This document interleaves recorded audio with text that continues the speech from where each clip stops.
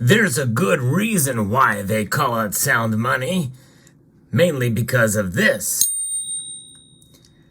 And in New Jersey, gold and silver are making a surprising development in a big way, which is going to really boost the principles of the sound money revolution.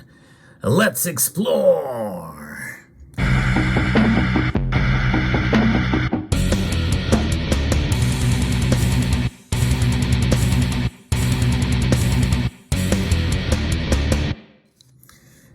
Sound money, the sound of it is part of what makes it so special.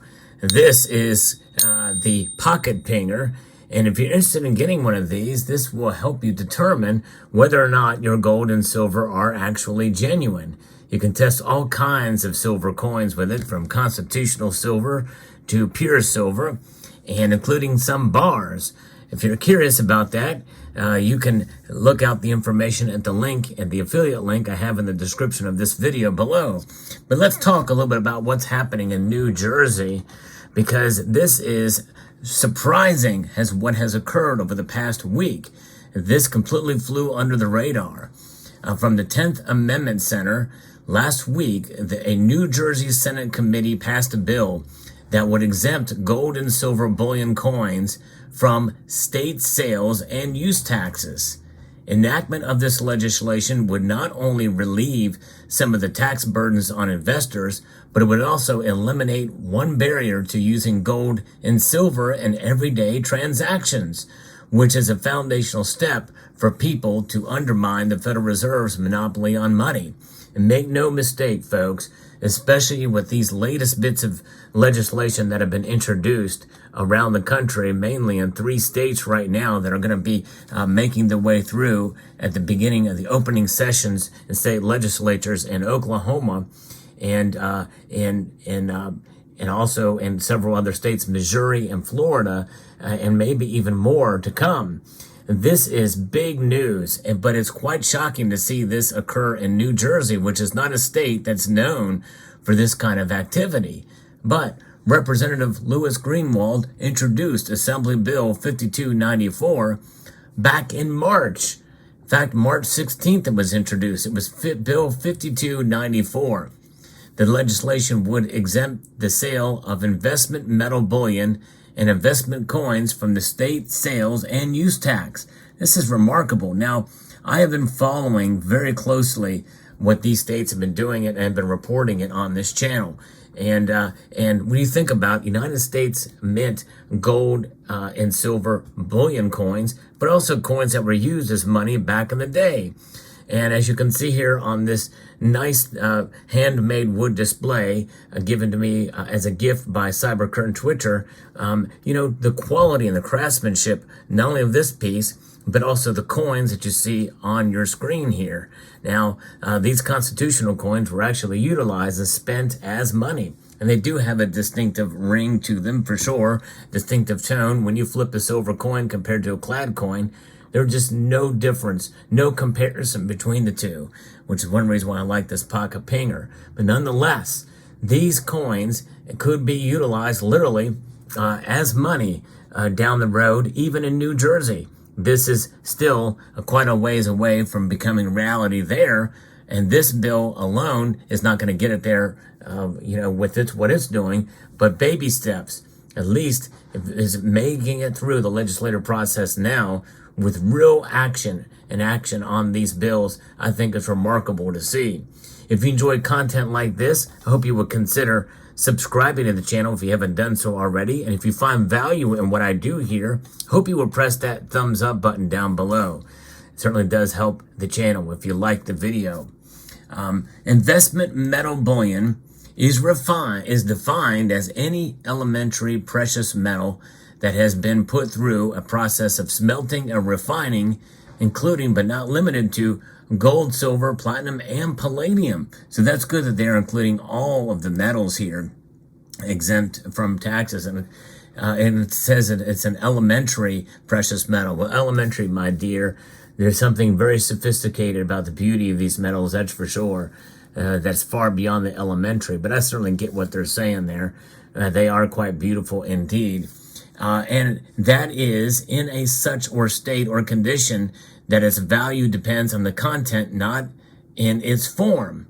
So that is quite an interesting definition too. Now, we know that these coins, they are old constitutional silver pieces that actually were utilized as money. But it would also include any foreign, probably silver and gold as well too.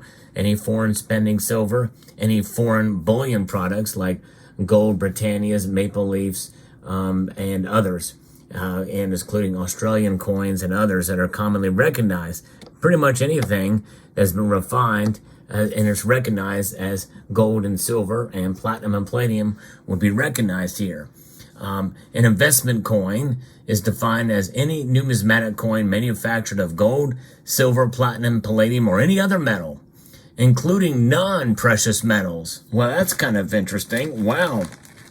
Non-precious metal coins like this cent here, and of course this is not a 1909 VDBS, but let's say it was, that would also be having a fair market value of not less than $1,000. So that's interesting.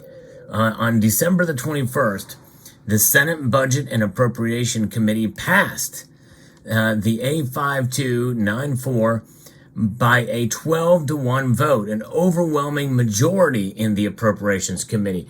That is good news. That is promising news that this thing could do well in the entire Assembly. Earlier this year, the Assembly passed 85294 by a 74-to-0 vote. The Senate committee amended the bill to also exempt receipts or revenue derived from the sale of investment metals, bullion, and investment coins. So this is indeed something that is knocking down barriers. So when New Jersey does it, other high-tax states may take notice and should take notice, like New York and California. And Connecticut, Massachusetts, and others hopefully will take note of what's going on there.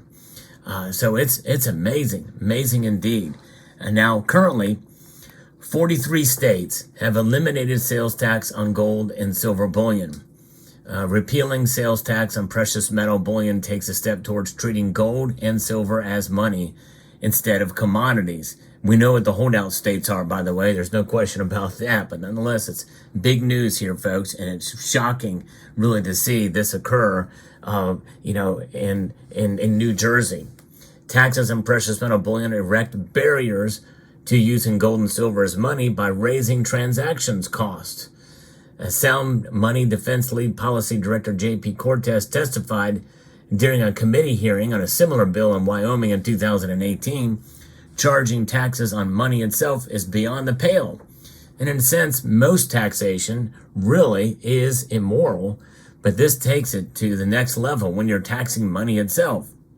In effect, states that collect taxes on purchases of precious metals are inherently saying gold and silver are not money at all. Of course, there's many who would make the argument that that's not the case, even some in the precious metals community, but that's an aside. The thing is that there's a lot of ways and situations where gold and silver can be utilized as money, and they're already in the correct form, such as coins, or even RM notes like the goldback, on one way that it could be done. So they even talk about it if you ask a grocery clerk to break a $5 bill and he charged you a 35-cent tax. That would be crazy to think about that. We ought not to tax money. It's not a good idea. It makes no sense to tax money, according to former U.S. Representative Ron Paul, as he said during testimony to support an Arizona bill that repealed capital gains on gold and silver in that state. And so nonetheless, that is a situation where this is and how it's progressing here. And once things get to the point where the Federal Reserve notes would become largely unwanted and irrelevant for ordinary people, when these more and more states do this, it's a reversal of Gresham's law, where in effect good money would drive out bad money. This is good money, and this is bad money. And but both money nonetheless. But nonetheless, this is bad money. I like good money, that's for sure. So now this bill A5294 will now move to the Senate floor for further consideration. probably has a very tough uphill battle ahead in the Senate floor, in the Senate, but we shall see what happens.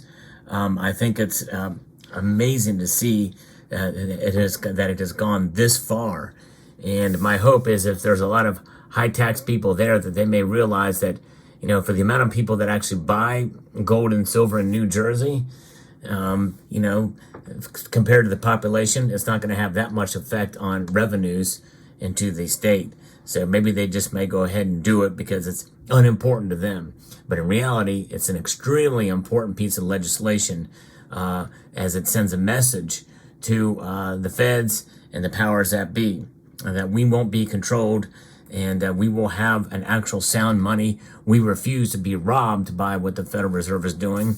So this is why we hold gold and silver. And I tell you what, no matter what New Jersey does, and even if all of these states repeal all of this legislation that has already been passed in some of these states, and you're still taxed for holding gold and silver or buying gold and silver and even selling it, well, to me, when you hold it, you are in a sense slipping that middle finger up to the establishment of the feds and the high taxation and the high inflation that we are seeing. You are sticking it to them because you have sound money. Nothing will change that. There's nothing that they can do to change the fact that this is indeed sound money, gold and silver. So I hope you found this video informative, insightful, and educational. If you did, I hope you will consider subscribing to the channel, pressing that thumbs up button down below. And I want to extend a multitude of gratitude to each and every one of you for taking the time to watch, and to encourage you to please rate, share, comment, and subscribe.